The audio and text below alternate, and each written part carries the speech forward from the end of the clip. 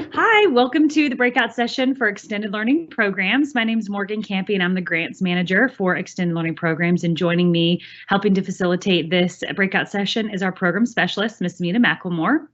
And Hello, how are you? Today we're going to be talking about extended care.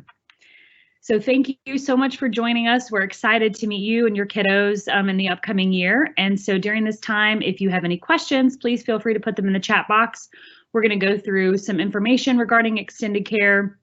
And again, if you have any questions or concerns, or just want to say, hey, please feel free to put it in the chat box or the Q&A box, and we'll answer those at the end. So we have 6 sites that host extended care. It's before school and after school. These are our locations. We're hosted at all 4 of the ELCs, as well as 2 elementary sites, Fall Hamilton and J.E. Moss. And our site supervisors are listed there. Program hours, we operate Monday through Friday, and we do offer AM hours from 6:30 a.m. to 8 a.m. Some of our schools do walk the students from programming space to their school space around 7:45, so some of them close their doors a little bit early to get students to the building on time or to their school room on time for the school day. And then after school, we operate from 2 to 6. Our pre-K students join us at 2 p.m. and then our K through 4, or in some schools, K through 5 students join us at 3 p.m. At this time, we have been operating with COVID-19 policies and procedures in place, much like the regular school day, where all of our students and staff wear masks covering their nose and mouth. We still don't know what the fall or even the rest of the school year next year will look like, but we are under these policies and procedures. We wanted y'all to be aware that we will be mirroring what the school day has in place. So good things to know. We have a $45 weekly fee that is due prior to the week of service, and we accept that in the form of check, money order, or online. And because you have students that are going to be in pre-K, you'll be familiar with our online system. And when you're online, there's 2 different ways that you can pay. You can either pay via withdraw from your bank account, which has a $1 fee, or you can pay with a credit card, which has a 2.5% fee. Attendance, we are grant funded, so we do require that your students attend our program for at least 1 hour a day, and we do not operate during closures. So extended learning will not operate during school closures, such as breaks like spring break, winter break, fall break, or half days. If the school closed half a day, then we will not operate after school. And if there is inclement weather, we do close, but that is something that will be communicated to you from your site supervisor and often through the district or school leadership. Also to be aware of is our drop off and pickup policies. We only are authorized to release students to individuals that are 18 years old or above. And we also ask for a photo ID to be present the first few times that that individual picks up, whether it's you or grandma or aunt, whomever, an older sibling. They need to have their photo ID so that our staff can get to know your family members. Once we get to know them and we can identify them when they're picking up or dropping off, that ID is not required. But throughout the school year, if you do have a family member or someone on the approved pickup list come pick up, we do want to make sure that they have their ID so that we're releasing students to someone who's safe and authorized by you.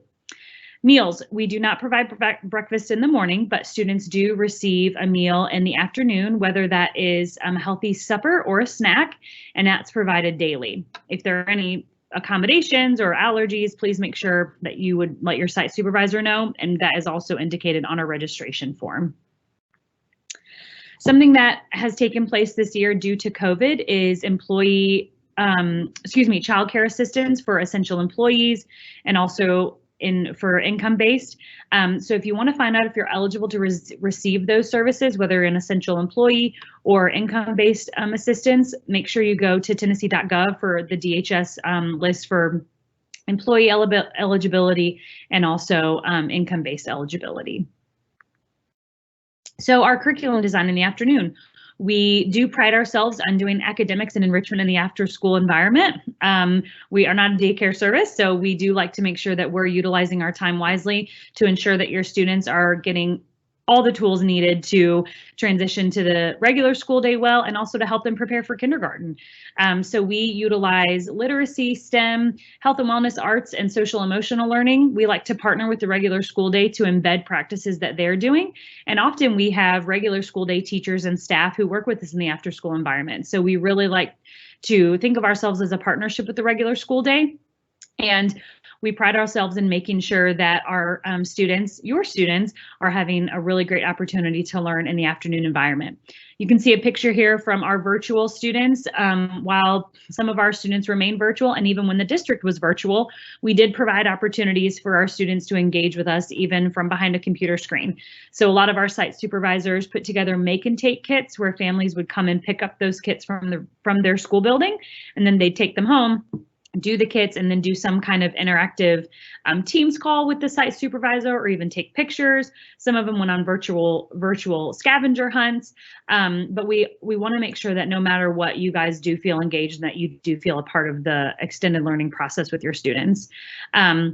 We like to do fun STEM challenges. We even do on-site field trips when it's appropriate and safe. This year they've all been virtual, but the Nashville Puppet Truck has come to visit us, or MNPD. But again, we want to make sure that we are providing really fun, engaging, and academic opportunities for your students during extended learning. If you have any questions and you want to just reach out, please email us. There's our extended learning email address there. We also have a Twitter page that is really active.